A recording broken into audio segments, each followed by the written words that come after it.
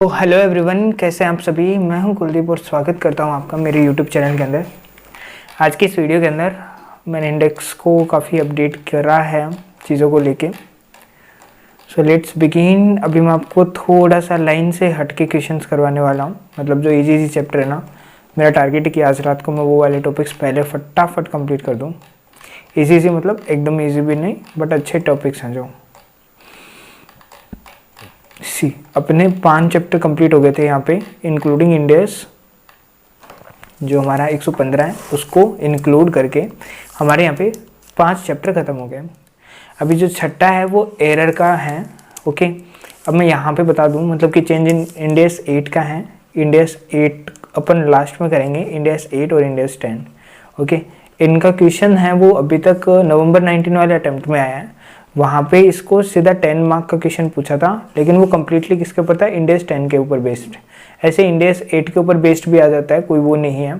तो इन दोनों में अभी थोड़े चेंजेस भी हैं। मतलब 1-2 अटेम्प्ट से पहले जो इंस्टीट्यूट ने उनकी लैंग्वेजेस में और काफ़ी चीज़ों में ना इन डेप्थ अंडरस्टैंडिंग इन्वॉल्व किया। तो अपन पहले इनके कॉन्सेप्ट डिस्कस कर लेंगे ना, तो फिर इसके अंदर किसी भी मतलब क्वेश्चन में अपन को दिक्कत नहीं आएगी।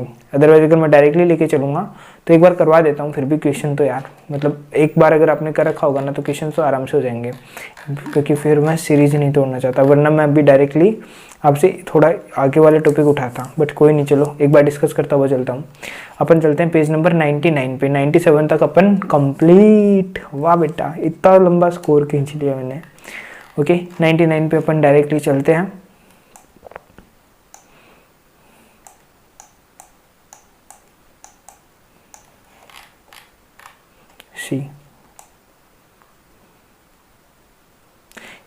पहले एक बार ग्लिम्प्स भी दे दूं क्या आपको। चलो एक बार ग्लिम्प्स भी दे देता हूँ साथ साथ में अपने डिटेल इंडेक्स का कि किस टाइप के क्वेश्चन अपन को इसमें पूछ रहे हैं। सबसे पहले जो क्वेश्चन है ना उसके अंदर हमें ये पूछा है कि हमने इन्वेंट्री के कॉस्ट फॉर्मूला में चेंज किया है। ओके, तो क्या ये चेंज इन अकाउंटिंग पॉलिसी है या नहीं है। ये देखो, ये जो इंडेक्स है ना वो 3 चीज़ों के बारे में बात करता है। सबसे पहले अकाउंटिंग पॉलिसीज के बारे में, सेकंड अकाउंटिंग एस्टिमेट्स के बारे में, एंड थर्ड एरर्स के बारे में। ओके, और अगर ये चीज़ें होती हैं तो उनको अपन चेंज कब से करेंगे, उनके अकॉर्डिंग फाइनेंशियल्स को चेंज कब से करेंगे, रेट्रोस्पेक्टिवली या फिर प्रोस्पेक्टिवली। यानी कि रेट्रोस्पेक्टिवली मतलब कि पहले से जब से इंडेक्स एप्लीकेबल हुआ था उस दिन से जाके अपन चेंज करेंगे फाइनेंशियल स्टेटमेंट में, या फिर आज की डेट के बाद में हमें पता चला है तो अब आज की डेट के बाद में हम आगे से चेंज करेंगे। अब इंडेक्स का कॉन्सेप्ट है, अब जब रेट्रोस्पेक्टिव नाम आता है ना, तो रेट्रोस्पेक्टिव के साथ में एक नाम और हमेशा हमारे दिमाग में आ जाता है, वो आता है कि रेट्रोस्पेक्टिव चेंज करना है मतलब इंडेक्स की एप्लीकेशन से। और इंडेक्स का जब एप्लीकेशन हुआ था तब हमने एक बैलेंस शीट बनाई थी जिसका नाम था index opening balance sheet, right. तो अब ओपनिंग बैलेंस शीट भी फिर अपन को बनानी पड़ेगी। तो ये एक दिमाग में ना कहीं लैग कर जाता है। तो उसके केस में क्या होगा, ये सारे टॉपिक अपन इंडेक्स 8 के अंदर यहाँ कवर करने वाले हैं। अभी क्वेश्चन 1 है वो हमारा सिंपल सा ही है कि अगर हमारा इन्वेंट्री कॉस्ट फॉर्मूला में कोई भी चेंज आता है तो क्या वो चेंज इन अकाउंटिंग पॉलिसी है या नहीं है। ओके, आगे जाके अपन इसके आंसर भी देखेंगे, क्वेश्चन को डिटेल में डिस्कस भी करेंगे। एक बार मैं बस आपको ओवरव्यू दे रहा हूँ कि किस टाइप के क्वेश्चन ऐसे ही पूछ रहा है। सेकेंड क्वेश्चन है कि चेंज इन अकाउंटिंग पॉलिसी जो है कि अगर आपने रिवैल्यूएशन मॉडल फॉलो कर रहे थे पीपी को, यानी कि जो भी आपकी एसेट होती है ना, एसेट को अकाउंटिंग करने का, देखो एसेट की अकाउंटिंग 2 तरीके से होते हैं। First initial accounting, initial recording मतलब उस टाइम क्या होता है, जैसे आपने एसेट खरीदी तो आप इनिशियली उसे बुक्स के अंदर लेके आओगे। अब लेके आने के टाइम पे एंट्री क्या करते हो आप, सीधी एसेट डेबिट टू कैश या बैंक ऐसे। तो ये इनिशियल रिकॉग्निशन होता है। ये हमेशा किसके ऊपर होता है, कॉस्ट के ऊपर होता है। ओके, फेयर वैल्यू के ऊपर नहीं, कॉस्ट के ऊपर होता है। ओके, मतलब कि जो भी एसेट आप आ रही हो आप उसे कॉस्ट पे अकाउंट फॉर करोगे, चाहे वो 5 करोड़ में खरीदी हो, उसकी फेयर वैल्यू हो सकती है कि कितनी हो, 10 रुपए भी हो, ठीक है, और हो सकते हैं इसकी 50 करोड़ फेयर वैल्यू हो, फिर भी आपने 5 करोड़ पे खरीदी तो आप 5 करोड़ पे दिखाओगे। एंड देन उसके बाद में आता है सब्सिक्वेंट रिवैल्यूएशन। सब्सिक्वेंट मतलब कि सब्सिक्वेंट मेजरमेंट अपन करते हैं। मेजरमेंट ये कब करते हैं, या तो हमें फाइनेंशियल्स बनाने हैं, अपने फाइनेंशियल स्टेटमेंट बनाने हैं, लाइक 31 मार्च आ गई, अब हमें अपने फाइनेंशियल स्टेटमेंट बनाना है, तब फिर अपन सारी एसेट को किसके ऊपर लेके आ जाते हैं, इंडेक्स के अकॉर्डिंग फेयर वैल्यू पे लेके आ जाते हैं। ओके, और तब हम मेजरमेंट करते हैं कि भाई इस दिन, आज के दिन पे हमारी एसेट की वैल्यू क्या है। भाई बैलेंस शीट का मतलब क्या होता है, बैलेंस शीट का मतलब यही होता है ना कि बैलेंस शीट जिस डेट की है, मतलब एग्जांपल के लिए अगर मैं आज की डेट यानी कि 24 जनवरी को बैलेंस शीट बना रहा हूँ तो इस दिन मेरी पोजीशन क्या है वो मेरी बैलेंस शीट के अंदर आएगी। ओके, और जब मैं मेरी पोजीशन दिखाऊंगा तो मैं उससे मेरी कॉस्ट पे दिखाऊंगा या आज के दिन पे फेयर वैल्यू पे दिखाऊंगा, फेयर वैल्यू पे दिखाऊंगा ना। भाई रियल में मैं अपनी एसेट से कितना रिकवर कर सकता हूँ, अगर मैं आज इसको बेचूँ तो 100 रुपये में ही बेच सकता हूँ। ओके, इससे ज़्यादा मुझे इसके कोई नहीं देगा, लेकिन मैंने ये खरीदा होगा तो 1000 रुपये में खरीदा होगा। वो कहता है भाड़ में गया, तुमने कितने में खरीदा था, आज की डेट में तुम्हारी पोजीशन क्या है, आज की डेट में तुम्हारे पास में नेटवर्थ कितनी है, वो ये क्या बताएगी, फेयर वैल्यू बताएगी। तो बोलता है इनिशियल रिकॉग्निशन आपको हमेशा किस पे करना है, कॉस्ट पे करना है, लेकिन जब आप सब्सिक्वेंट रिकॉग्निशन करते हो तो फिर यहाँ पे इंडिया 16 आपको दो ऑप्शन दे देता है, first cost model and second revaluation model. Cost model बोलता है आप कॉस्ट के ऊपर कंटिन्यू रखो अपनी एसेट को, डेप्रिशिएट करते जाओ नो डाउट अगर डेप्रिशिएबल एसेट है तो, लेकिन कॉस्ट पे कंटिन्यू रखो। अदरवाइज आप रिवैल्यूएशन मॉडल पे रखो। रिवैल्यूएशन मॉडल में क्या होता है कि आप हर साल जो आप कंटिन्यू करते आ रहे हो डेप्रिशिएशन सब कुछ करो, लेकिन आप रिवैल्यू कर लो एसेट को कि एज ऑन डेट उसकी वैल्यू कितनी आ रही है, तो उससे आपकी फाइनेंशियल स्टेटमेंट है वो और ज्यादा ट्रू पिक्चर है वो रिफ्लेक्ट करेंगे, राइट। तो ये बोल रहा है कि वही एसेट को आप सब्सिक्वेंट रिकॉग्निशन में जो आपका रिवैल्यूएशन मेथड है वहां से आप कॉस्ट मॉडल पे लेके जा रहे हो, तो उस टाइम आप कैसे अकाउंटिंग करोगे, क्या यहाँ पे कोई रेट्रोस्पेक्टिव एप्लीकेशन होगी क्या। ओके, थर्ड क्वेश्चन है एबीसी है वो रिलोकेट करते हैं अपने ऑफिस को लीज एग्जिस्टिंग बिल्डिंग को, और अपनी मतलब कि अपने एबीसी लिमिटेड कोई कंपनी होगी वो अपनी जो बिल्डिंग है ओके वो उससे एक सिटी से लाइक वो जयपुर में अभी तक थी अब वो दिल्ली में शिफ्ट हो रही है। ओके, तो जो जयपुर वाली बिल्डिंग थी वो उसे किसी थर्ड पार्टी को लीज पे दे देती है। ओके, तो बताओ जो बिल्डिंग का यूज है वो यहाँ पे चेंज हो गया है, पहले मैं अपनी पर्पज से यूज करता था, अब वो मेरे लिए क्या है, property held as an investment property है। तो क्या मैं उसे पहले मेरे इंडिया 16 में फॉल करती थी बिकॉज ये मेरी सेल्फ ऑक्यूपाइड प्रॉपर्टी थी, लेकिन अब मेरी क्या होगी, इन्वेस्टमेंट प्रॉपर्टी है, तो वो मेरी इंडेस 40 के अंदर या फिर non current asset held for sale Ind AS 105 में जानी चाहिए क्या। और अगर ऐसा होता है तो क्या इसका अकाउंटिंग पॉलिसी चेंज माना जाएगा क्या यहाँ पे। थर्ड भी ये क्वेश्चन है। फोर्थ क्या बोलता है कि फंक्शनल करेंसी आपकी चेंज हुई है, तो क्या ये चेंज इन अकाउंटिंग पॉलिसी है क्या, हो सकता है चेंज। फंक्शनल करेंसी चेंज कैसे होती है, एग्जांपल के लिए पहले आपके ऊपर है वो कंप्लीटली सब्सिडरी, आप एकदम होली ऑन सब्सिडरी थे किसी फॉरेन पेरेंट के और आप सब कुछ उसी के अकॉर्डिंग करते थे, तो आपकी फंक्शनल करेंसी भी उसकी फंक्शनल करेंसी थी। लेकिन अब आप अपने फॉरेन ऑपरेशन हो गए, अब आप अलग हो गए, आप एक इंडिविजुअल एंटिटी, आप उस पर डिपेंडेंट नहीं हो, तो उस केस में अब आप इंडिया के अंदर काम करो तो इंडियन करेंसी आपके लिए फंक्शनल करेंसी हो गई। तो ये बताओ ये जो चेंज है, पहले आपके डॉलर थी अब इंडियन करेंसी आ गई, INR आ गया है, तो क्या ये चेंज इन आपका फंक्शनल करेंसी जो है वो चेंज इन अकाउंटिंग पॉलिसी है या नहीं है, ये चीज आपको बताना है। क्वेश्चन नंबर 5 आपको बोलता है कि डेवलप्ड अकाउंटिंग पॉलिसी या pronouncement of overseas body it is permissible. देखो नॉर्मली ये क्वेश्चन क्या बोलेगा आपको, ये बोलेगा कि मेरे को मतलब बहुत जगह ना कहीं पे प्रोविजन क्लियर नहीं था लॉ का। ओके, मान लो मेरे को स्पेसिफिक कैलकुलेटर की है ना क्या करना था, अकाउंटिंग करनी थी, और इसके अकाउंटिंग करने के रिगार्डिंग है ना वो मेरे को इंडिया के अंदर कहीं पे भी क्लियर प्रोविजन नहीं मिल रहे थे। ओके, तो मैंने क्या किए, फिर ओवरसीज जो बॉडीज थी ना, इंटरनेशनल जो बॉडीज थी, उन्होंने जो गाइडेंस नोट इश्यू कर रखे थे मैंने उनको फॉलो किया, तो क्या ये करेक्ट है या नहीं है, और अगर उनको फॉलो कर रहा हूँ तो क्या ये अकाउंटिंग पॉलिसी के अकॉर्डिंग सही है या नहीं है, ये बताना है। देन आता है 7 नंबर जो कि 6 number, it is required to show impact of new Ind AS which is not yet effective. Example के लिए अभी नया इंडेस आया था, इंडेस 116 लीज वाला, वो इंडेस 17 को रिप्लेस किया था उसने, तो पहले इंडेस 17 था। ओके, अब नई एंटिटी क्या कर रही है, इंडेस 116 फॉलो करेगी, तो 116 जो फॉलो कर रही है, एग्जाम्पल के लिए वो शायद 1 अप्रैल 19 को आया था और 1 अप्रैल 20 से इफेक्टिव था, तो अब 1 अप्रैल या फिर 1 साल आगे पीछे हो सकता है, तो जिस दिन आया ना, जिस दिन आता है उस दिन से वो मैंडेटरी नहीं हो जाता है, वो 1 ईयर तक क्या रहता है आपके ऊपर रहता है कि आपको वॉलंटियर है और 1 साल बाद में आपको कंपलसरी फॉलो करना है। तो जब तक वॉलंटियर है मैं उसका इम्पैक्ट दिखाऊंगा क्या अपने फाइनेंशियल्स में, और दिखाऊंगा तो उसके अकॉर्डिंग मेरी अकाउंटिंग पॉलिसी चेंज होगी, तो फिर उसका क्या ट्रीटमेंट रहेगा। देन आता है 8वां number, that is the A B C limited, उसने अपना मेथड चेंज किया है इन्वेंट्री वैल्यूएशन का, FIFO मेथड से वेटेड एवरेज मेथड के ऊपर गए हैं। FIFO मतलब इन्वेंट्री जो वैल्यूएशन करते थे ना, पहले FIFO मेथड चलता था, फिर LIFO था, LIFO तो इंडियस में हट ही चुका है, वो सिर्फ AS में था, अब सिर्फ बचा क्या है, या तो फर्स्ट इन फर्स्ट आउट या फिर वेटेड एवरेज मेथड। तो वेटेड एवरेज के अकॉर्डिंग सही है या नहीं है ये बताना है। और सौखी के अंदर statement of changes in equity में ट्रीटमेंट क्या होगा। ओके, ये MTP में भी आया था, नवंबर 18 में 4 मार्क का क्वेश्चन। अब उसके बाद में चलते हैं नेक्स्ट। ये बोलता है मटेरियल लायबिलिटी है फॉर प्रीवियस ईयर जो कि इनकरेक्ट शो हो रही है। मैनेजमेंट डिस्कवर करता है कि मैनेजमेंट ये डिस्कवर करता है कि इसका करेक्ट ट्रीटमेंट क्या होना चाहिए। मटेरियल लायबिलिटीज है फॉर प्रीवियस ईयर जो कि इनकरेक्ट शो की गई है। मटेरियल लायबिलिटीज हैं प्रीवियस ईयर की जो कि इनकरेक्टली शो की गई थी, तो बताओ करंट ईयर में उसका क्या ट्रीटमेंट रहने वाला है।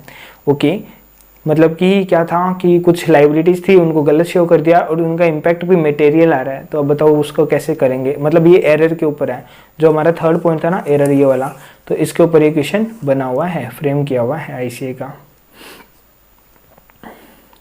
अब बात करते हैं next, that is 10 number, finance cost in its financial statement after management discover it should be other expense. तो बताओ इसका ट्रीटमेंट क्या होना चाहिए आरटीपी मई 20 के अकॉर्डिंग। सिंपल है, ओके मतलब कि फाइनेंशियल स्टेटमेंट के अंदर जो फाइनेंस कॉस्ट है, ओके वो उन्होंने मतलब कि क्लासिफिकेशन चेंज होगा, उन्होंने फाइनेंस कॉस्ट वाली हेडिंग के अंदर शो कर दिया, वो जाना चाहिए था अदर एक्सपेंस में। तो अगर इसका मटेरियल इम्पैक्ट है तो फिर अपन क्या करेंगे, कंपैरेटिव वगैरह को, वो एरर का ट्रीटमेंट जब मैं दिखाऊंगा ना आपको, तो एरर के केस में 2-3 चीज़ें होती है। अपन देखते हैं कि अगर उसका इम्पैक्ट मटेरियल आता है, ओके मटेरियल आता है, और अगर प्रीवियस ईयर की फर्स्ट को फाइनेंशियल स्टेटमेंट जो बन रहे हैं उस पर भी इम्पैक्ट आ रहा है ना, तब तो अपन उसको कंसिडर करते हैं रेट्रोस्पेक्टिवली। अदरवाइज हम क्या करते हैं, प्रोस्पेक्टिवली उसकी अकाउंटिंग करते हैं, बस कंपैरेटिव को अमेंड कर देते हैं। ये अभी टेक्निकल है, मत समझो, कोई दिक्कत नहीं है, आगे अपन जब इनके क्वेश्चन करेंगे तब समझ आ जाएगा। फिलहाल के लिए आप इतना समझ सकते हो कि यहाँ पे एरर का क्वेश्चन था। अब क्वेश्चन नंबर 11 क्या बोलता है, provision which required is not yet recognised situation material और इमटेरियल ट्रीटमेंट क्या होगा। Provision which is required is not yet recognise, मतलब आपको प्रोविजन रिक्वायर्ड था लेकिन आपने रिकॉग्नाइज नहीं किया है। ओके प्रोविजन बनाना था, लाइक ग्रेच्युटी का ही बनाना था तो नहीं बनाया, आप क्या करोगे भाई, या अगर ये मटेरियल है तो क्या होगा और अगर इमटेरियल तो क्या होगा, ये ट्रीटमेंट आपको बताना है। एबीसी लिमिटेड की इन्वेस्टमेंट प्रॉपर्टी है जो कि इनएडवर्टेंटली एडमिट की गई है डेप्रिसिएशन के लिए, बताओ क्या ये एरर है वो करेक्ट किया जा सकता है या नहीं किया जा सकता है, इसके ऊपर क्वेश्चन है। देन आता है 13 नंबर जो कि बोलता है कि नोट्स बनाने हैं आपको, ओके अक्रूवल ऑफ एक्सपेंसेस देखने हैं और बताइए कि क्या करेक्ट करने की ज़रूरत है या नहीं है। फिर चेरी लिमिटेड है वो प्रीवियस सेल रिकॉग्नाइज करेगी, रॉन्गली ट्रीटमेंट बताइए, और ये एमटीपी मई 21 के अंदर और आरटीपी नवंबर 19 में भी आया हुआ है। एक कारपेट रिटेल आउटलेट्स है, सब कॉन्ट्रैक्टर फिटिंग है एंड रिकॉग्नाइज करा है रेवेन्यू को, तो क्या ये चेंज इन आपकी अकाउंटिंग पॉलिसी है या नहीं है। फिर डेप्रिसिएशन मेथड चेंज हुआ है, तो बताओ ये चेंज इन अकाउंटिंग पॉलिसी है या चेंज इन अकाउंटिंग एस्टिमेट है। ओके आरटीपी नवंबर 20 के अंदर ये 2 क्वेश्चन आ रखे हैं चेरी लिमिटेड का, तो वो अपन को देखने हैं। ओके और ये मई 21 में भी आया वापस से इसी टाइप का क्वेश्चन, तो ये सारे क्वेश्चन हमें देखने हैं। और ऐसे ही अपना इंडेक्स 10 भी है। ओके पता नहीं आज क्या हो रहा है पेन को।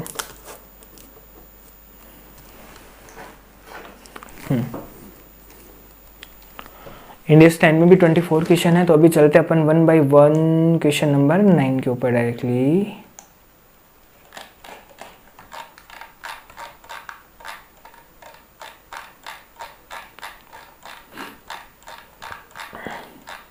सी क्वेश्चन नंबर 9 चैप्टर नंबर 6 के अंदर हमारा इंडेक्स 8 कवर होता है। तो इसका फर्स्ट क्वेश्चन है बोलता है कि कॉस्ट फॉर्मूला हमने चेंज किया है, क्या ये चेंज इन अकाउंटिंग पॉलिसी है या नहीं है। Whether a change in inventory cost formula is a change in accounting policy or a change in accounting estimate. Change क्या किया मैंने, इन्वेंट्री के कॉस्ट को कैलकुलेट करने का फॉर्मूला चेंज किया है। तो बताओ ये क्या कोई एंटिटी की पॉलिसी है। अब पॉलिसी क्या होती है, सी policies are the specific principles, base, conventions, rules and practices जो कि एक एंटिटी अप्लाई करती है in preparing and presenting the financial statements. मतलब आप फाइनेंशियल स्टेटमेंट को प्रिपेयर करते टाइम पे जो भी प्रिंसिपल, जो भी बेस, जो भी कन्वेंशंस, ओके अब सब में डिफरेंस क्या होता है। प्रिंसिपल मतलब जो प्रिंसिपल आप फॉलो करने वाले हो, प्रिंसिपल को आपको समझ में आ जाएगा। बेसिस मतलब कि कुछ बेस है जिसके ऊपर आप बना रहे हो। ओके कन्वेंशंस मतलब कि जो भी आप लीगल कन्वेंशंस को यूज कर रहे हो, हिंदी में इसको अवधारणाएं भी बोलता है। रूल्स मतलब कि जो भी नियम आप फॉलो कर रहे हो, एंड जो भी प्रैक्टिस जो भी आप फॉलो करते हो, अप्लाई किया आपने अगर वो एंटिटी जो प्रिपेयर करती है, प्रेजेंट करती है फाइनेंशियल स्टेटमेंट को, वो जो भी स्पेसिफिक ये सारी चीज़ें अप्लाई करती है, ओके, वो अकाउंटिंग पॉलिसीज हैं। As per Ind AS 2, inventory specifically required disclosure of cost formula used. तो इंडेस 2 है वो क्लियरली आपको बोलता है, आपको जो आपने जो भी कोस्ट फॉर्मूला यूज किया है वो आपको डिस्क्लोज करना है as a part of disclosure of accounting policy. और वो भी किसके अंदर करना है? As a part of disclosure of accounting policy, कि भाई आप अकाउंटिंग पॉलिसीज का यहाँ पे डिस्क्लोजर करो, adopted in measurement of inventories, जो कि आपने इन्वेंट्रीज के मेजरमेंट पे अडॉप्ट किया है। तो अकॉर्डिंगली जो भी चेंज है कोस्ट फॉर्मूला के अंदर, वो चेंज इन अकाउंटिंग पॉलिसी माना जाएगा। डन, कोई दिक्कत नहीं है, बिकॉज ये हमारा स्पेसिफिक सेट ऑफ बेस है जिसके ऊपर हमने इन्वेंट्री की कॉस्ट को कैलकुलेट किया है। ये किसके अंदर आना चाहिए मेरे अकॉर्डिंग? ये यहाँ पे ना, यार ये सिलेक्ट क्यों हो रहा है सब कुछ पता नहीं आज।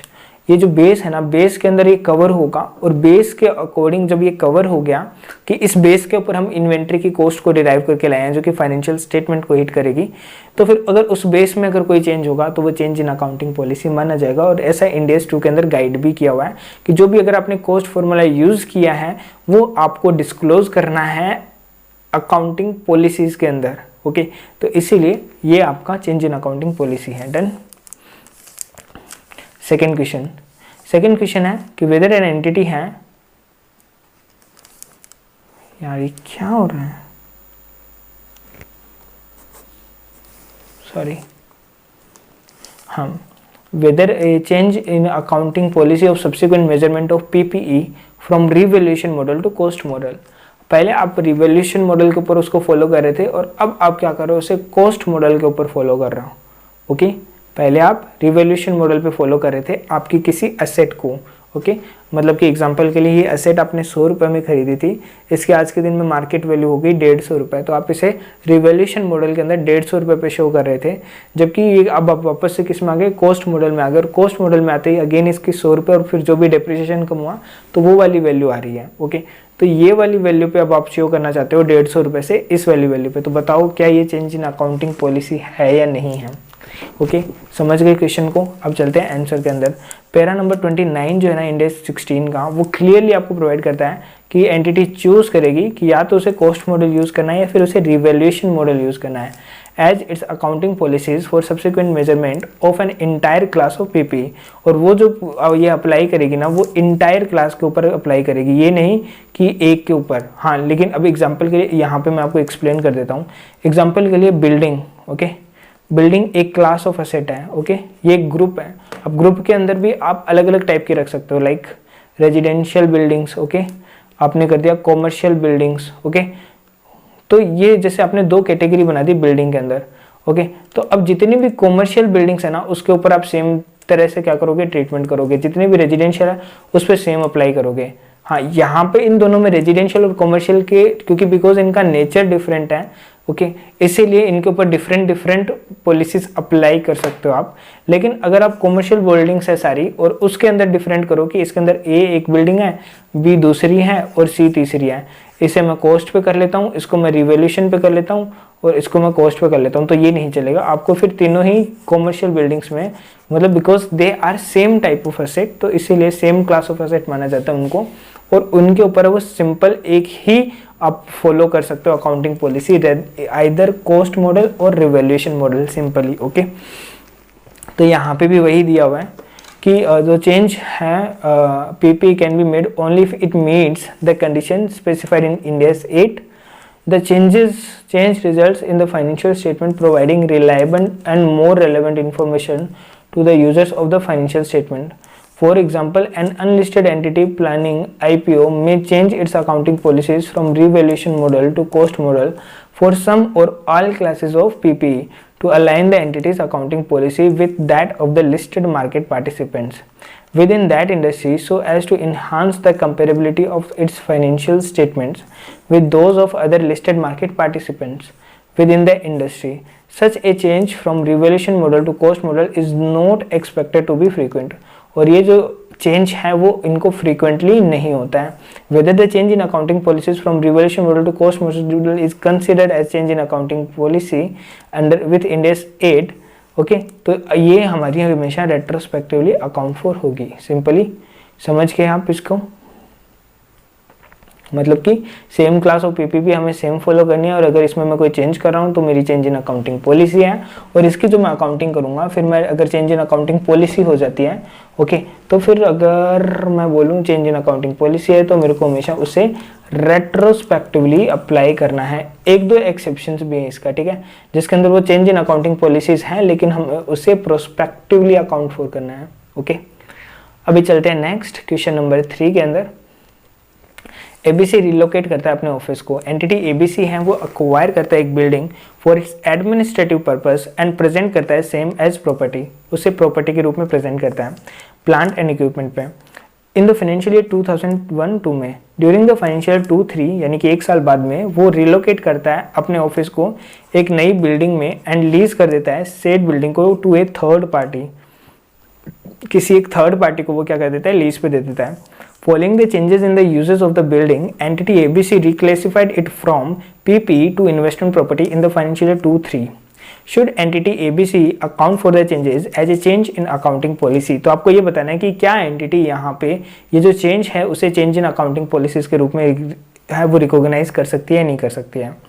अब यहाँ पे हुआ क्या है, ध्यान से देखो, हाईलाइट कर रहा हूँ वापस से की पॉइंट को। जो एबीसी है उसने बिल्डिंग खरीदी है वो एडमिनिस्ट्रेटिव पर्पस के लिए खरीदी है, ओके, जो कि हमारे इंडिया 16 के अकॉर्डिंग अकाउंट फॉर हुई है। अब इसने रिलोकेट किया ऑफिस को और नई बिल्डिंग खरीदी है जो कि एंड जो ओल्ड थी यानी ये वाली इसको लीज पे दे दिया है, okay. Following the change in uses of the building, क्या एबीसी इसको रिक्लासीफाई कर सकती है पीपी टू इन्वेस्टमेंट, बिकॉज यहाँ पे यूज चेंज हो गया। पहले मैं उसे सेल्फ ऑक्यूपेशन के लिए करता था, अब वो मेरी इन्वेस्टमेंट प्रॉपर्टी हो गई है, तो क्या मैं यहाँ पे इंडिया 16 से इंडिया 40 के अंदर है वो शिफ्ट कर सकता हूँ उस पीपी को? करो ना, क्या दिक्कत है। और ये शिफ्ट क्या चेंज इन अकाउंटिंग पॉलिसी कहलाएगा या नहीं कहलाएगा, ये क्वेश्चन है, ओके। सी आंसर पढ़ते हैं। इंडेस 8 प्रोवाइड करता है application of an accounting policies for the transactions other event and conditions, जो कि डिफर्स करती है in substance from the previous occurring are not changes in accounting policies. ये क्या बोला कि इंडेस 8 आपको क्लियरली ये बात बोलता है कि जब आप अकाउंटिंग पॉलिसीज को अप्लाई करोगे ना किसी भी ट्रांजेक्शन या इवेंट या कंडीशन के लिए जो कि सब्सटेंस के अंदर डिफर करती है, ओके, जो प्रीवियसली आपने रिकॉग्नाइज की उससे ये क्या कर रही है, डिफर कर रही है, तो उस केस के अंदर यहाँ पे इंडिया 16 क्या बोलता है पीपी का कि टेंजिबल आइटम्स हैं तो वो अगर held in for use in the production और सप्लाई ऑफ द गुड्स और सर्विसेज जैसे कि रेंटल टू अदर्स और एडमिनिस्ट्रेटिव पर्पज के लिए एंड वो एक्सपेक्टेड है to be used more than 1 period के लिए, तो उस केस में इंडिया 40 इन्वेस्टमेंट प्रॉपर्टी है वो प्रॉपर्टी क्या कराएगी, earn rental for capital appreciation और अदर के लिए होगी, लेकिन वो भी आपके प्रोडक्शन में और ऑर्डिनरी बिजनेस में यूज नहीं होगी। इसीलिए ये मतलब ऊपर सिर्फ डेफिनेशन बताई है पीपी की और इन्वेस्टमेंट प्रॉपर्टी की, इसीलिए अगर आपने पीपी को इन्वेस्टमेंट प्रॉपर्टी की तरह रखा है तो एंटिटी डिपेंड्स करती है कि भाई उसका पर्पस जो है वो क्या है वहाँ पे होल्ड करने का। इसीलिए ये पॉसिबल है कि बिकॉज आपका पर्पस चेंज हुआ है तो आपको जो आपने प्रीवियसली पीपी क्लासीफाई की थी उसको आपको रीक्लासीफाई करना पड़ेगा एज ए इन्वेस्टमेंट प्रॉपर्टी और वाइस वर्सा। तो आपको एक दूसरे के अंदर है because of change in purpose आप उसको रिक्लासीफाई भी करो।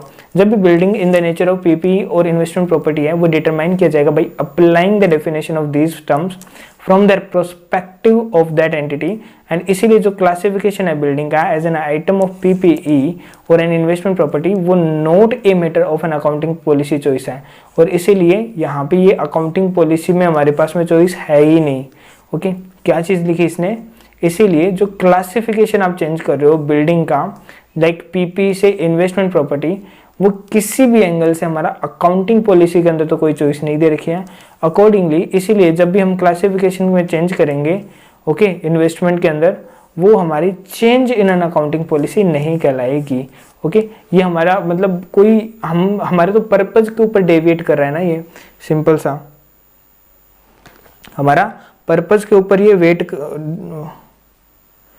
यहाँ पे सिंपल सा क्या है, ये हमारा पर्पज चेंज हुआ तो उसका यूज चेंज हो गया। पहले पर्पज कुछ और था तो हम यूज करते थे उसको पीपी में, अब पर्पज चेंज तो वो हमारा इंडेस 40 के अंदर चला गया simply, okay.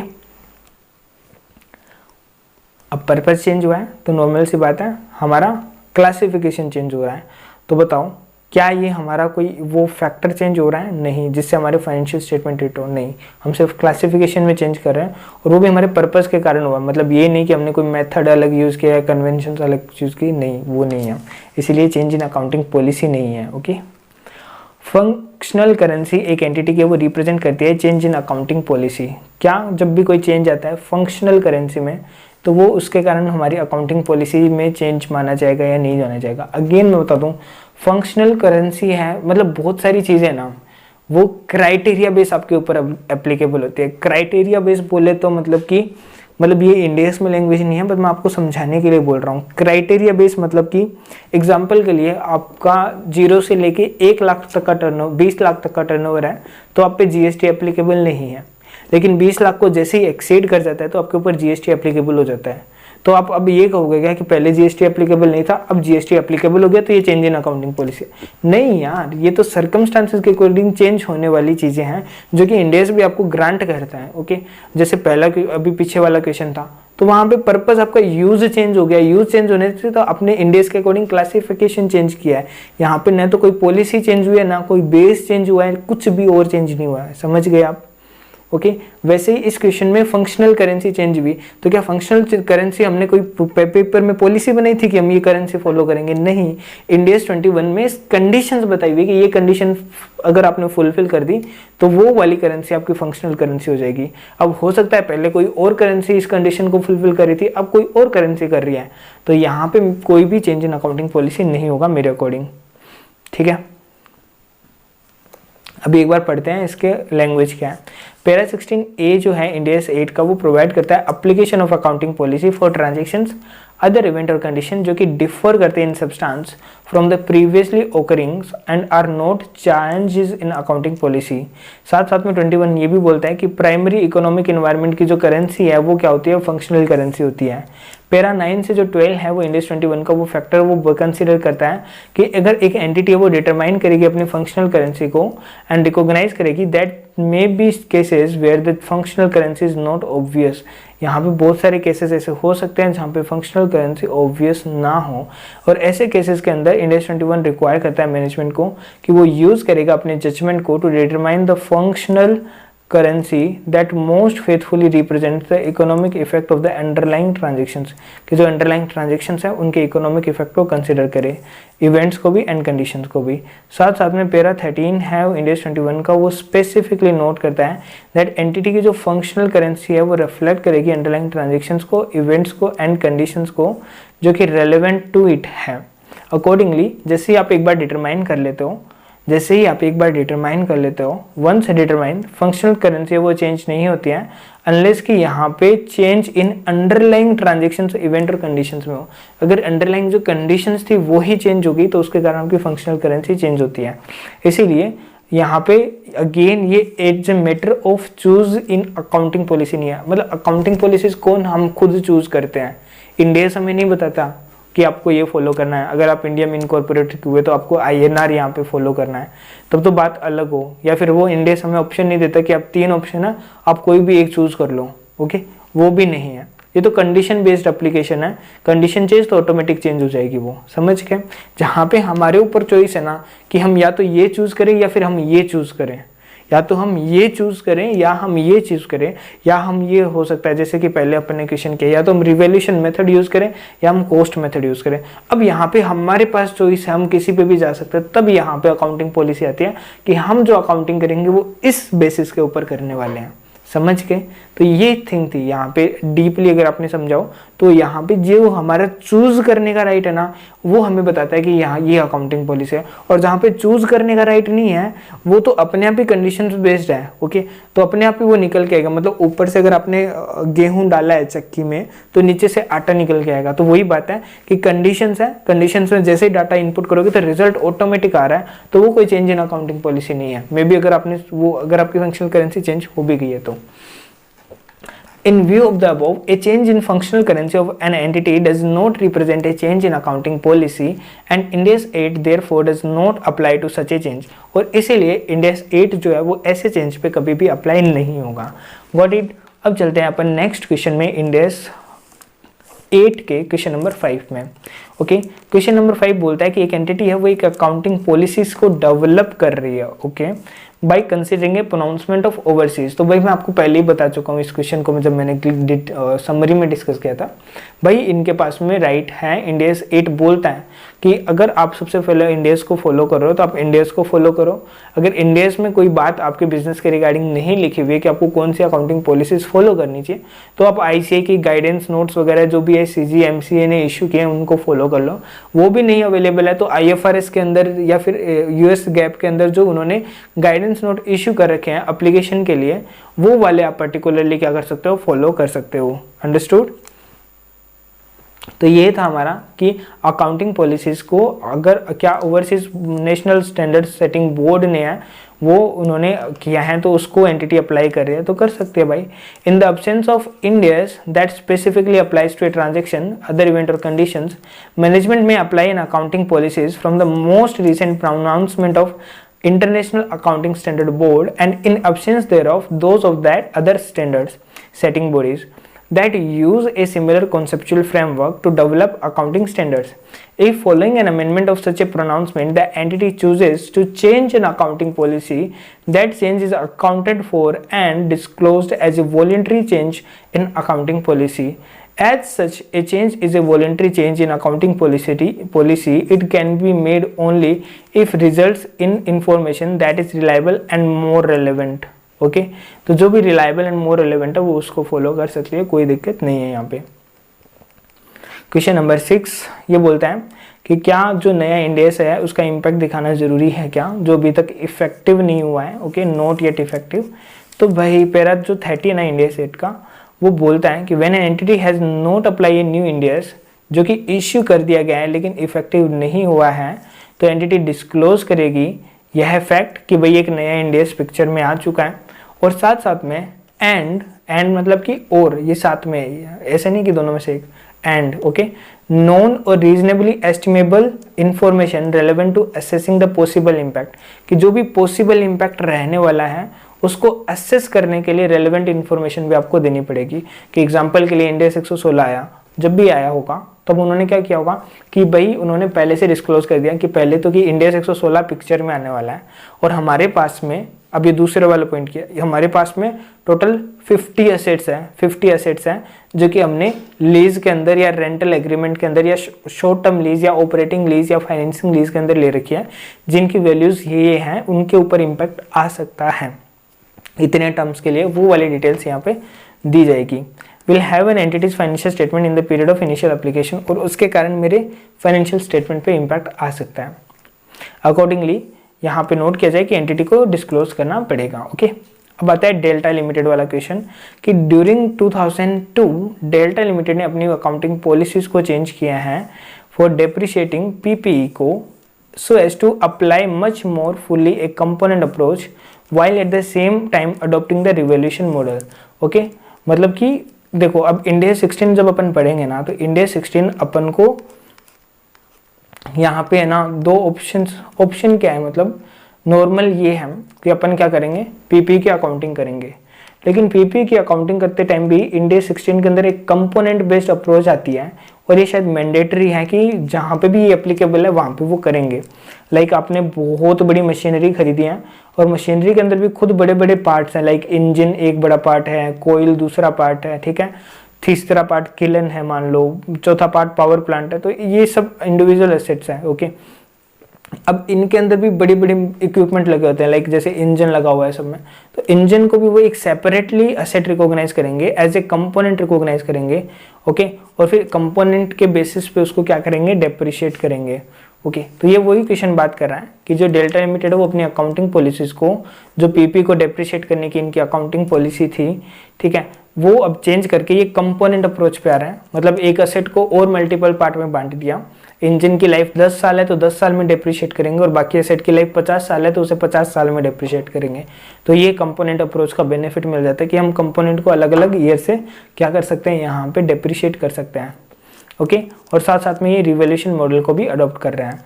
In the year 2002 Delta limited की एसेट है वो रिकॉर्ड है वो सफिशिएंटली डिटेल नहीं देती है to apply a component approach fully, तो वही 2002 क्या है 22 मान लो इसको, ठीक है। तो अब उनके पास में सफिशिएंट डिटेल तो है नहीं कि भाई वो कैसे उसको अप्लाई करेंगे, इसीलिए at the end of 2001 management ने कमीशन किया एक इंजीनियर सर्वे, उन्होंने एक इंजीनियरिंग सर्वे कंडक्ट करवाया जो कि प्रोवाइड करता है information on the component held by there fair values, useful lives and estimated residual value and depreciable amounts at the beginning of 2022. However, जो survey है वो did not provide a sufficient basis for reliably estimate the cost of this component that had not previously been accounted for separately. And जो existing record है before the survey did not permit the information to be reconstructed. और इसीलिए जो existing records है before the survey वो आपको allow नहीं करते, did not permit this information to be reconstructed.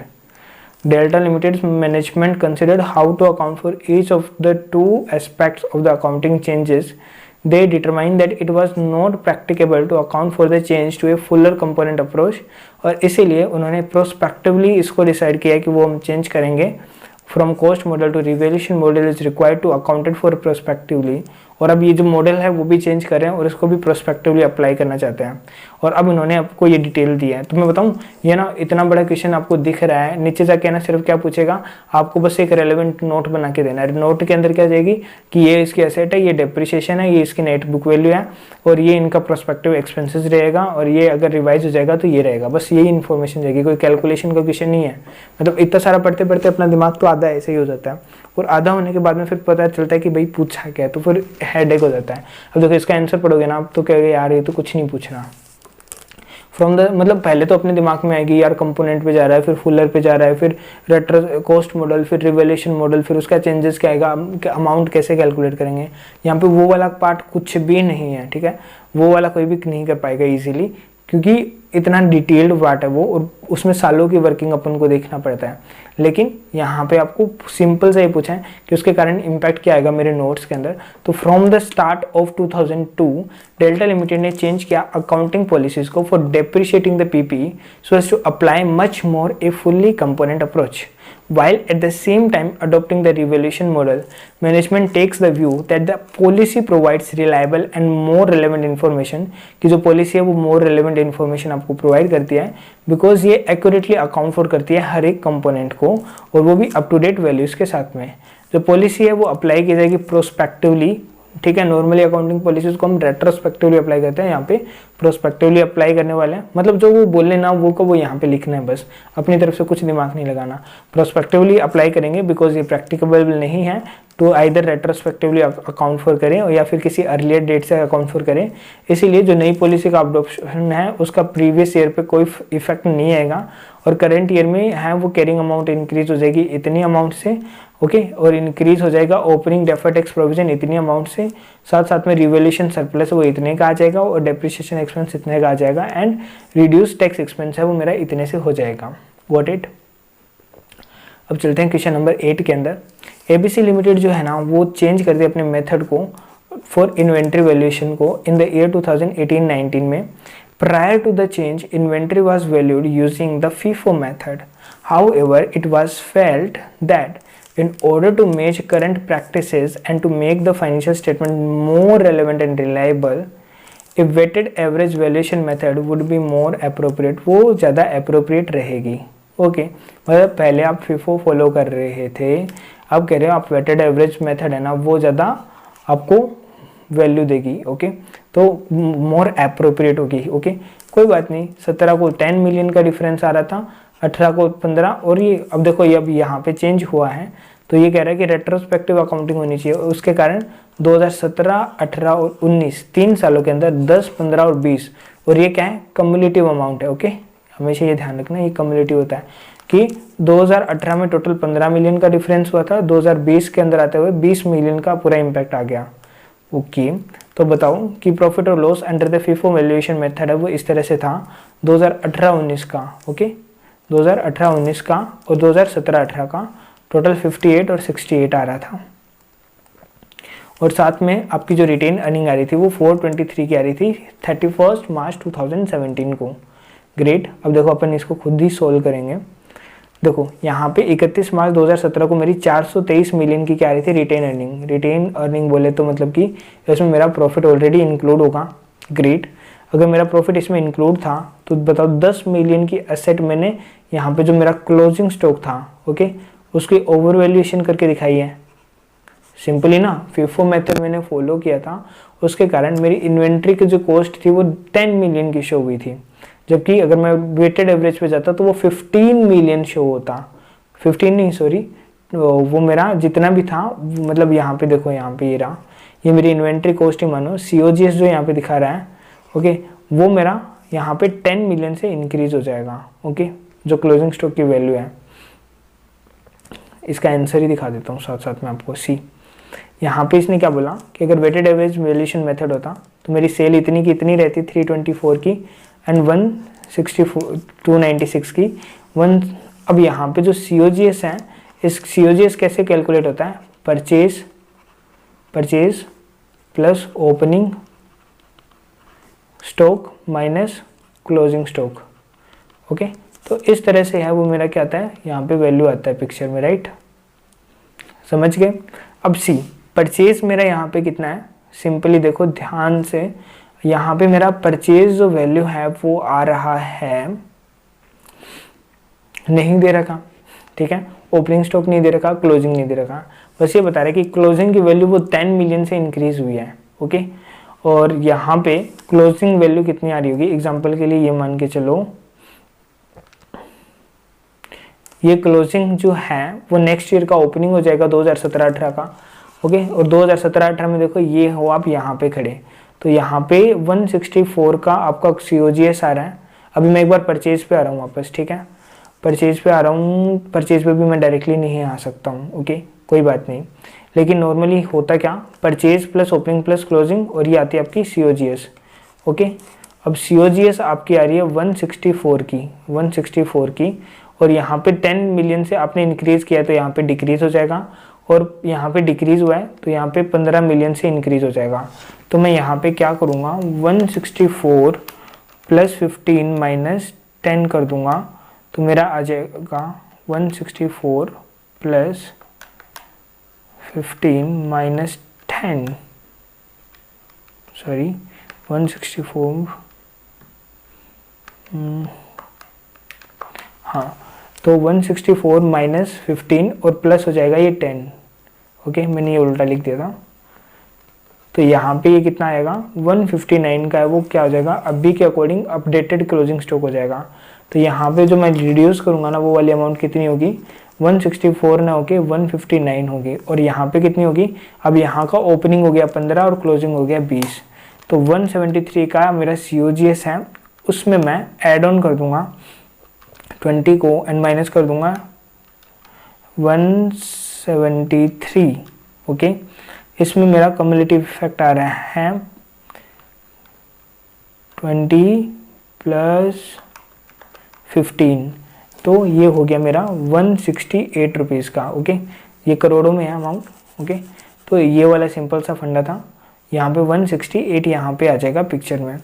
तो सी, 324 से 168 लेस होगा इसकी जगह पे, और इसकी जगह पे होगा 159, और फिर ग्रोस प्रॉफिट यही आएगा, एक्सपेंस सेम रहेगा, और मेरा प्रॉफिट यहाँ पे निकल के आ जाएगा। सी, यहाँ पे आया 168, यहाँ पे आया 159, और मेरा 73 और 63 यहाँ पे प्रॉफिट निकल के आ गया।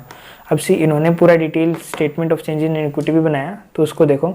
सबसे पहले इन्होंने कहा कि हमारी 1 अप्रैल को जो डाटा है, सी 1 अप्रैल को जो मेरा डाटा है वो शो कर रहा है 2017 का, कि मेरी 423 की रिटेन अर्निंग थी, लेकिन वो 10 रुपीज़ का क्लोजिंग स्टॉक था ना, उससे इंक्रीज होगा, ओके। तो यहाँ पे 433 हो गई उस ईयर की। उसके बाद में 2018 में 15 मिलियन से होनी थी, तो मतलब 5 मिलियन से ही मैं एडिशनल करूँगा। तो जो मेरा करंट ईयर का प्रॉफिट आया ना यहाँ पे, ये वाला, ये सीधा ही ऐड कर दो, क्योंकि अपन ने प्रॉफिट अपडेटेड ही कैलकुलेट किया है। तो 63 इधर आ जाएगा एंड 73 इधर आ जाएगा, और ये मेरा हर साल का रिटेन अर्निंग का क्लोजिंग बैलेंस आ जाएगा। जबकि पहले क्या आ रही थी, पहले ये 423 थी, ये 481 और ये 549 आ रही थी, ठीक है। तो दोनों साल की statement of change in equity की कंपैरिजन इसने करके यहाँ पे दिखा दी है। अब अपन चलते हैं नेक्स्ट क्वेश्चन में, जो कि हमारा है मटेरियल लाइबिलिटीज़ के रिगार्डिंग प्रीवियस ईयर की, जो कि इनकरेक्ट शो हुई है। मैनेजमेंट ने इसको डिस्कवर किया और बताना है आपको कि ट्रीटमेंट क्या होगा। ग्रेट। एक एंटिटी है उसने प्रेजेंट किया है सर्टेन मटेरियल लाइबिलिटी को जो कि नॉन करंट है फाइनेंशियल स्टेटमेंट के अंदर 31 मार्च 2001 के लिए।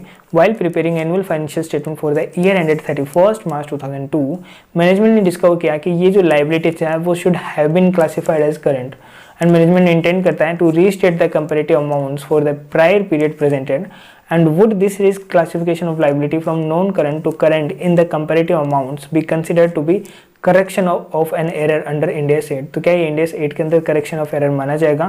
क्या एंटिटी को एक थर्ड बैलेंस शीट है वो यहाँ पे प्रेजेंट करके देनी पड़ेगी या नहीं देनी पड़ेगी? सिंपल सा क्वेश्चन है।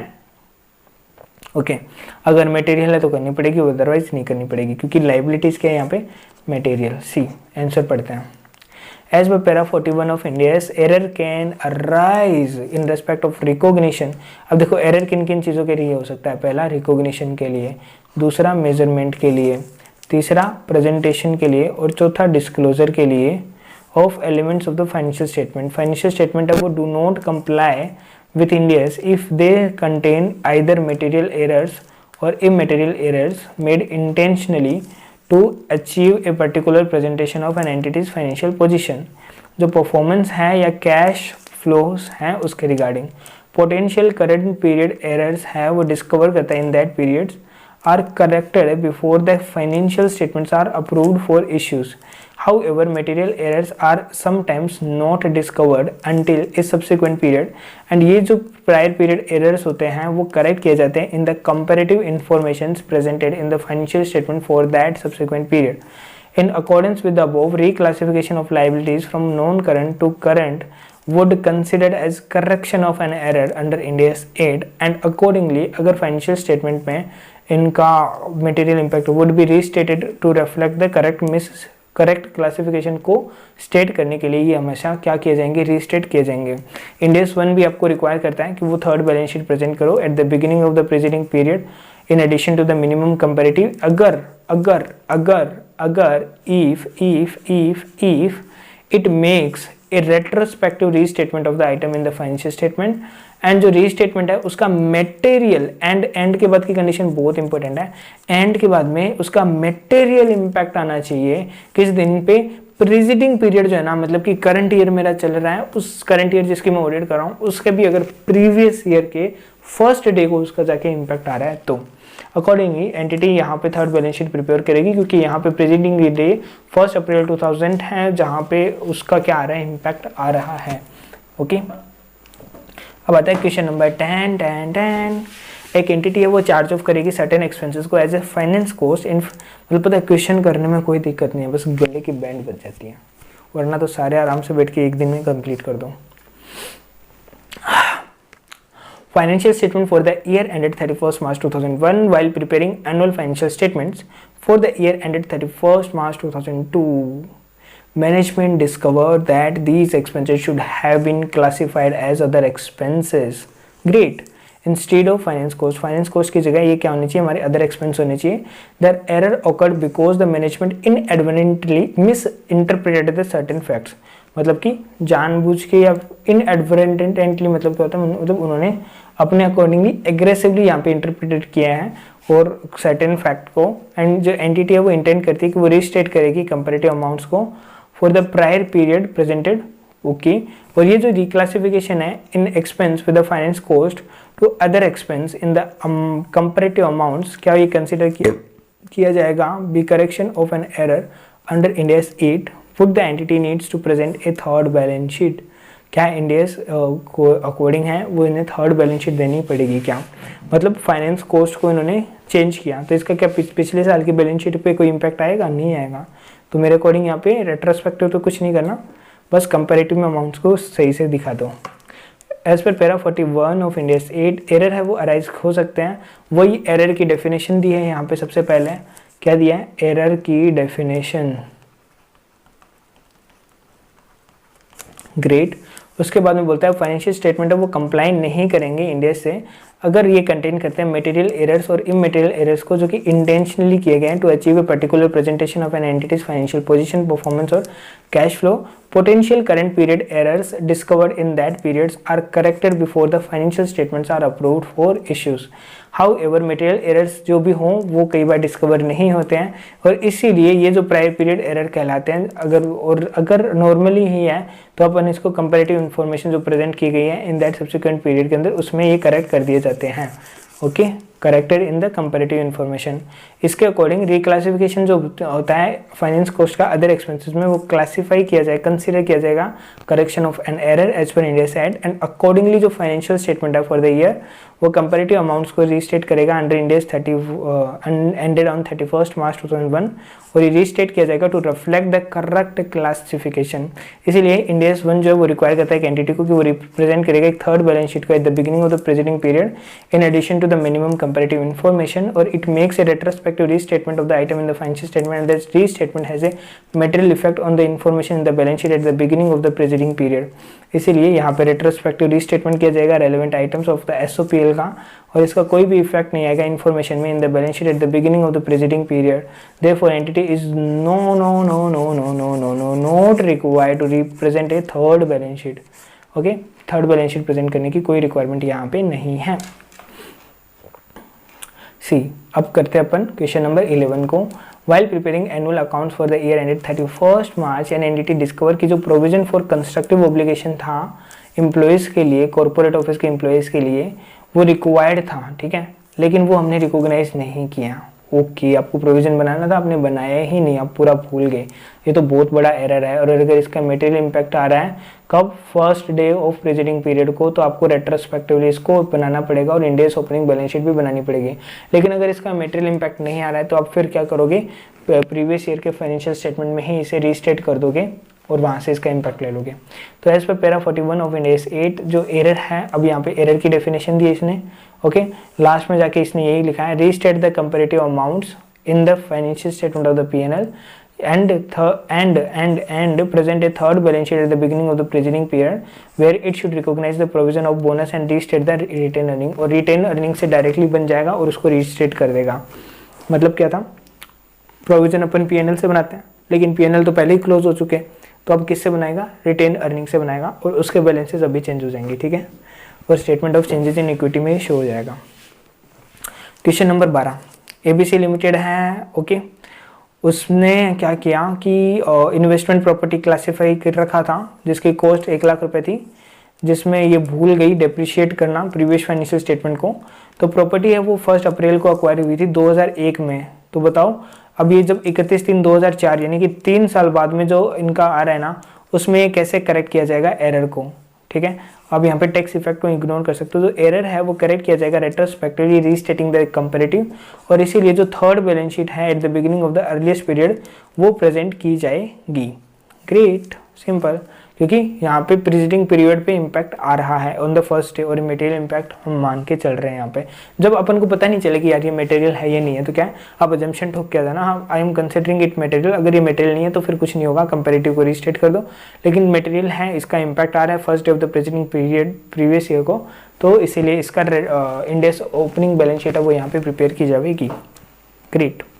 While preparing interim financial statement for the half year ended 30 September 2001, एक एंटिटी है वो एक एंटिटी जो है वो नोट करती है कि there has been an under accrual of certain expenses in the financial statement, interim financial statement के अंदर for the first quarter ended 30 June 2001, जो अमाउंट है अंडर अक्रूवल की वो असेस की गई है, वो मटेरियल है in context of interim financial statement. However ये एक्सपेक्ट किया जाता है कि जो अमाउंट है वो इमटेरियल है in the context of the annual financial statement, और मैनेजमेंट है उसका व्यू है, देखिए यहाँ पे कोई भी नीड नहीं है to correct the error in the interim financial statement and considering that the amount is expected to be immaterial from the point of view of the annual financial statement. तो बताओ क्या मैनेजमेंट का view acceptable है या नहीं है। तो para 41 and para 25 है यहाँ पे इंडिया से का बोलता है कि फाइनेंशियल वो कंप्लाई नहीं करेंगे इंडिया से if they contain either material errors, कि या तो वो मटेरियल एरर्स को कंटेन करते हैं या फिर इमटेरियल एरर्स को कंटेन करते हैं जो कि इंटेंशनली अचीव किए गए हैं एक particular presentation of an entity's financial position के लिए, फाइनेंशियल परफॉर्मेंस के लिए और कैश फ्लोज के लिए। As regard the assessment of the materiality of an item in preparing interim financial statement, para 25 index 34 का वो भी ये बोलता है कि while judging always required and assessing materiality standard based the recognitions and disclosure decision on the data of the interim period by itself for reasons of understandability of the internal figures. Thus for example अगर unusual item जो है change in accounting policies है, estimate है and error है, वो recognise किए जाएंगे and disclose किए जाएंगे on the basis of materiality.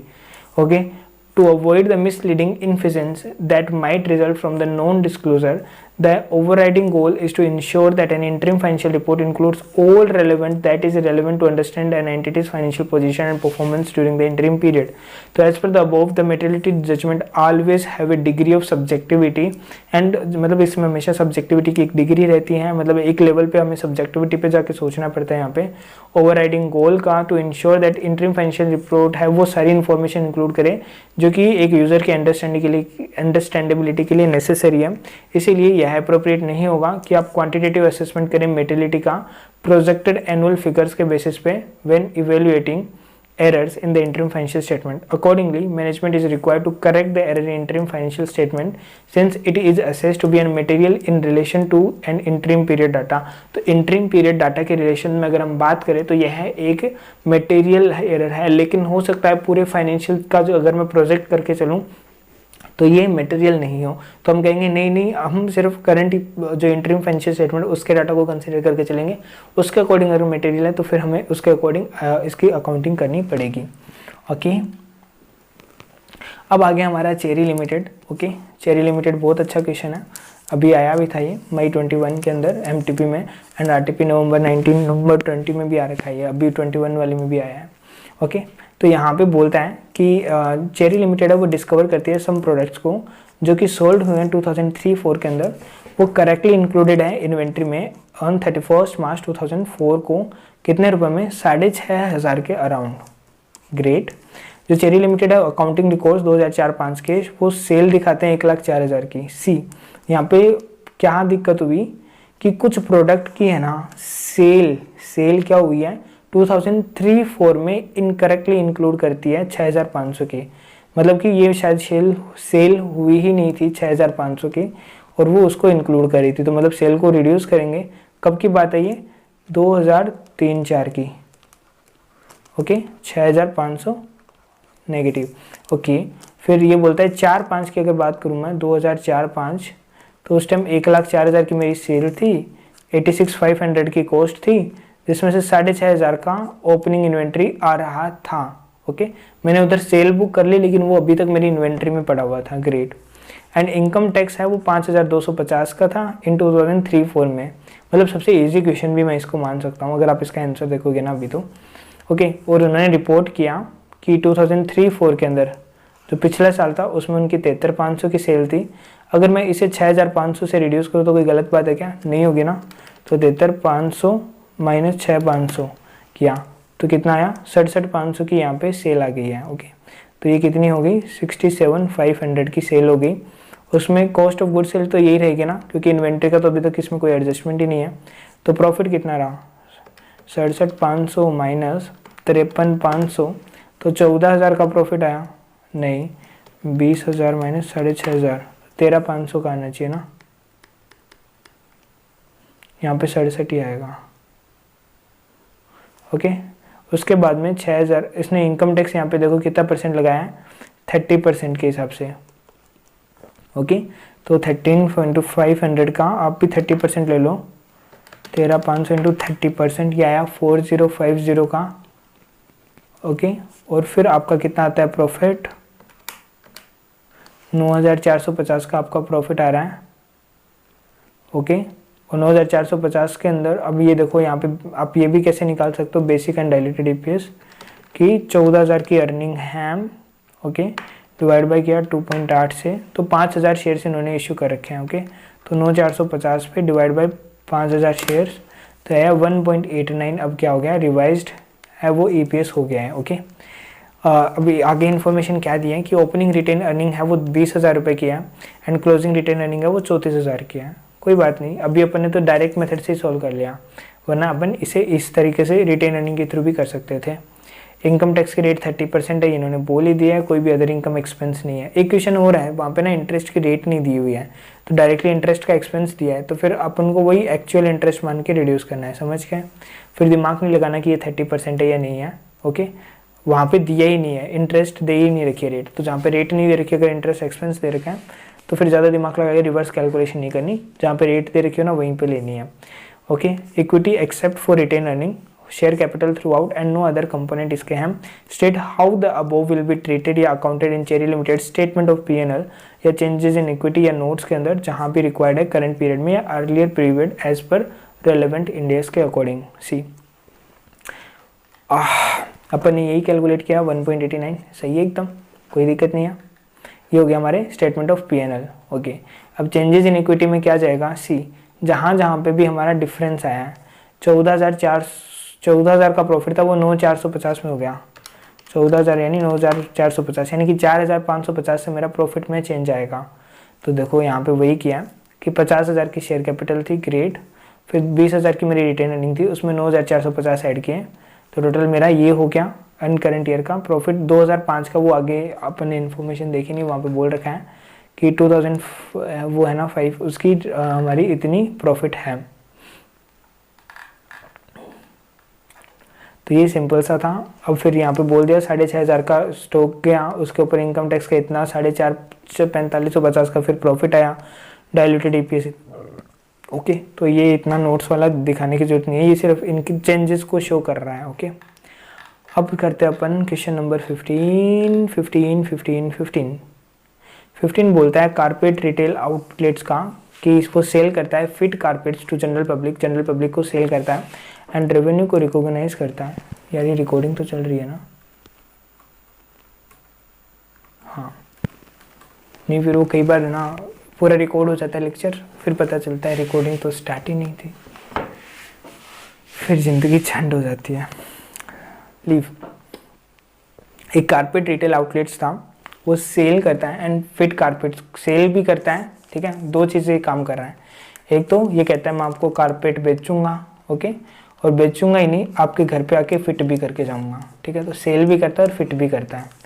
It recognise करता था रेवेन्यू को, ये अब मैंने इंडेक्स 115 में भी सेम क्वेश्चन करा दिया था आपको, ठीक है। When the carpet is fitted which on the average is 6 week after, तो नॉर्मली क्या होता था 6 हफ्ते बाद में वो रेवेन्यू को रिकॉग्नाइज करता था। इंडेक्स 115 में अपन ने पढ़ा था रेवेन्यू कब रिकॉग्नाइज करते हैं, जब परफॉर्मेंस ऑब्लिगेशन फुलफिल हो जाती है। तो अब जब ये कारपेट की सेल करता है ना, तो 2 परफॉर्मेंस ऑब्लिगेशन होती है, एक तो सेल करने की और एक जाके वहाँ पे इंस्टॉल करने की, जो नॉर्मली 6 हफ्ते ले लेती है। तो जैसे ही इंस्टॉलेशन वाला काम पूरा हो जाता है 6 हफ्ते में, तब वो रेवेन्यू रिकॉग्नाइज कर लेता था।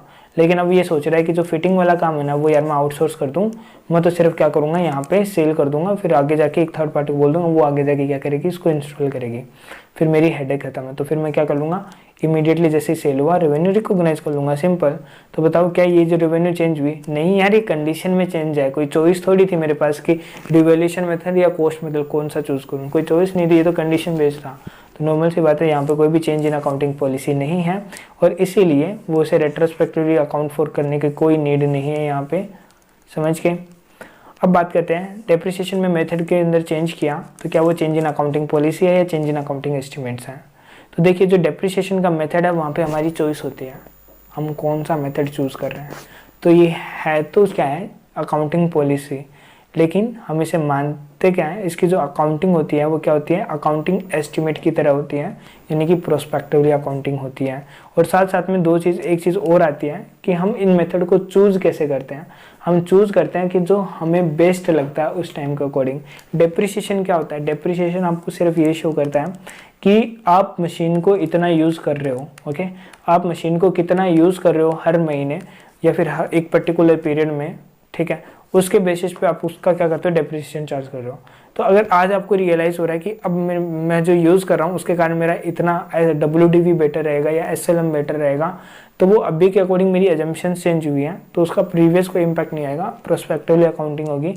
पहले इसको अपन मेथड मानते थे, लेकिन अभी इसको अकाउंटिंग एस्टिमेट की तरह अकाउंट फॉर करते हैं। तो डेप्रिसिएशन मेथड है वो रिफ्लेक्ट करता है the pattern in which the assets future economic benefit है वो एक्सपेक्टेड है to be consume by the entity. और इसीलिए जो भी डेप्रिसिएशन मेथड अप्लाई किया गया एसेट का वो रिव्यू किया जाएगा at least at each financial year and के अंदर and if there has been a significant change in the expected pattern of the consumption of the FEB embodied in the asset, तो method वो change हो गई, और ऐसे चेंज होने पे क्या ये such a change is accounted for as a change in accounting estimate in accordance with the Ind AS set, और इसीलिए जो अकाउंटिंग एस्टिमेट है वो एक्सपेक्टेड पैटर्न को रिफ्लेक्ट करता है। जो भी डिटर्मिनेशन किया जाएगा method involve in accounting estimate है वो not a matter of an accounting policy है, इसीलिए यहाँ पे डिप्रिसिएशन मेथड वो चेंज इन अकाउंटिंग पॉलिसी नहीं है, और इसीलिए यह अकाउंटिंग एस्टिमेट है और रिप्रोस्पेक्टिवली अकाउंट फॉर किया जाएगा। चेरी लिमिटेड ये सेम क्वेश्चन शायद रिपीट कर दिया है मैंने, ये हम पर ऑलरेडी कर चुके हैं। ओके, तभी मैंने वह समरी में देखा था, पता नहीं कैसे रह गया। ओके, अब आता है नेक्स्ट है इन 2013-14 of the entities 31 March 2013 annual financial statement were approved for issue. A latent defect in the composition of new product manufactured by the entity was discovered. As a result of latent defect, the entity incurred ₹1 lakh in unanticipated cost for fulfilling a warranty obligation. तो जो latent defect था उसको fulfill करने के लिए उसने warranty obligation 1 lakh रुपए की पे की है, जो भी उसने सेल की थी 31 मार्च 2013 को। साथ में एडिशनल 20,000 वो इनकर्ड किए हैं to rectify the latent defect in product sold during 2013-14 before the defect was defected and the production process rectified.